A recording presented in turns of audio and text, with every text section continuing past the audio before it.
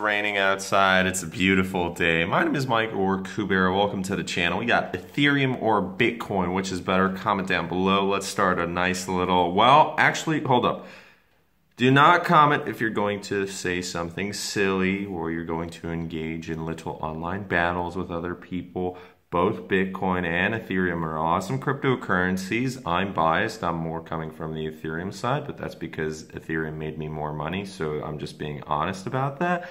Ethereum did go up more than Bitcoin this year, but that's talking about this year, so we're not looking at the grand scheme of things, which we'll discuss later on in this video. There's pros and cons to both cryptocurrencies, actually all cryptocurrencies, so it's really just about what you grew up with. That feels so weird saying that, but I mean, that's kind of the truth, because maybe you were surrounded where all your friends were buying Ethereum. Oh my goodness. All right, let's get into it.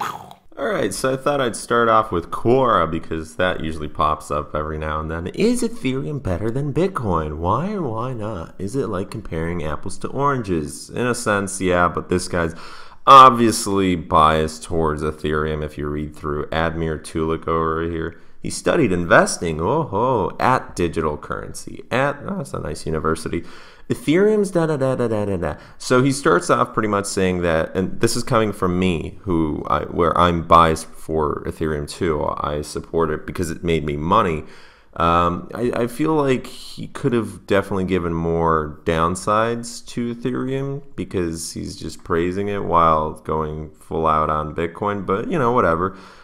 So he's pretty much comparing from this year where it's like Bitcoin has grown around 300%, but Ethereum's up 4,000%. Well, yeah, because Ethereum had a lot more to grow, and it still has a lot more room because Bitcoin already went through that. Like Bitcoin used to be a couple pennies. Now it's up, well, it did hit $5,000. So obviously there's some differences with that. But then again, there is the other side of the coin. Haha, get it? No pun intended. Where Ethereum is younger than Bitcoin, so maybe by the time Ethereum is Bitcoin's age, it might be worth more and it might be bigger and have a larger market cap and more people using, but we'll have to see about that over the next couple of years. So it is growing quickly, both of them are, everything's going fantastic, right? Ethereum is doing a little bit better this year, but there's obvious reasons for that.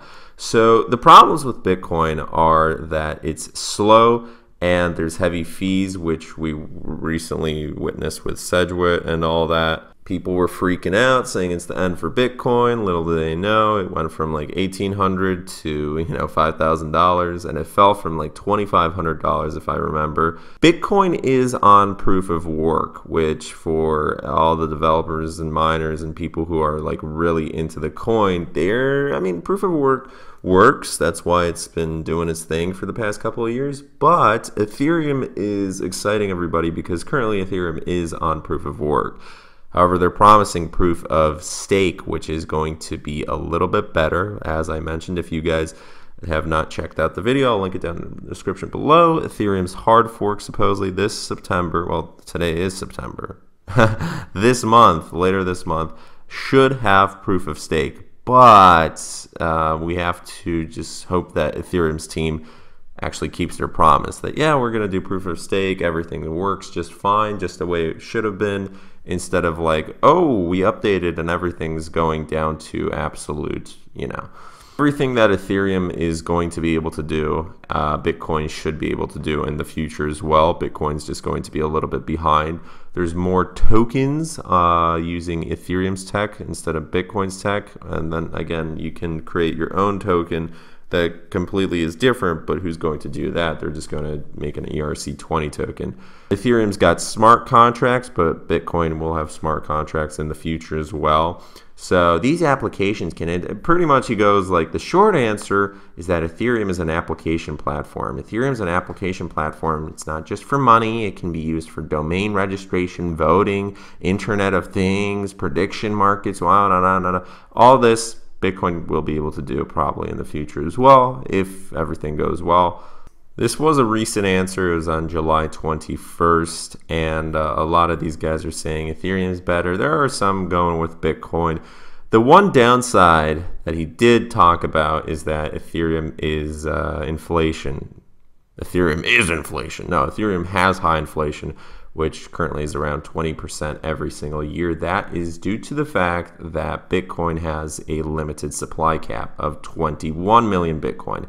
Ethereum has around 92 million coins at the time of this article, which was 1 day ago. So it's growing, and that number is going to continue growing because people are mining it, and more coins will continue to come out. So that's a problem, because if it's inflation, if it has inflation at 20%, and then you compare it to the US dollar, which supposedly has 3 to 4%, but some people think it's at as high as 8%. I think it's more like 5-6%, but you never know. People tend to shrug it off and claim that it actually doesn't matter. Well, Ethereum's the only currency without a fixed maximum supply cap at the moment. That's not the best thing to have. I'm pretty sure that problem will be fixed in the future. I'm not sure how, but there has to be a way. So even though Bitcoin's a little bit better in the number of coins in terms of this regard, the availability of Ethereum's outweighs that. Ethereum is offering newer, better technology than Bitcoin, but as mentioned previously, Bitcoin will be able to keep up. Bitcoin's not as safe and anonymous and secure as it used to be, or people were like, oh my gosh, if I use it, bam, I'm anonymous forever. No, as we found out, criminals getting arrested and all that stuff, tax evasion. However, it still is, better than using PayPal or your credit card or whatever. But Ethereum so far is pretty much technologically sound, so that's pretty nice. But you have to be able to know how to use it properly, because if something is amazing and you're not using all of its properties and you don't even understand it fully, well, then what's the point of that? For this, it talks about speculation, where Ethereum has supposedly better speculation because it has more room to grow. And a lot of people think, okay, there's going to be the flippening, which may or may not happen. And if it does, fantastic. If not, whatever, it's fantastic, I guess, as well. If you're a positive thinking person, because you can make money either way. If Bitcoin falls, you can short it. I can make money either way talking about this, but at the current moment, it seems like Ethereum's better than Bitcoin. But the way you have to think about it is really, what are you looking for in the next couple of years? I'm kind of curious. Dun dun dun, 4,100, 283, dang. Bitcoin Cash, Ripple. Look at these, look at these. It's the end of the world as we know it. Tether fell, even. No, I mean, I remember it was at $1.04 yesterday. Wow, wow. That is crazy. Now, like I said in yesterday's video, if you haven't watched it about the crash, check it out. Well, quote unquote crash. It's not really a crash. It's going to be fine. Everybody freaks out always. Oh, it's under 140 billion. Alrighty.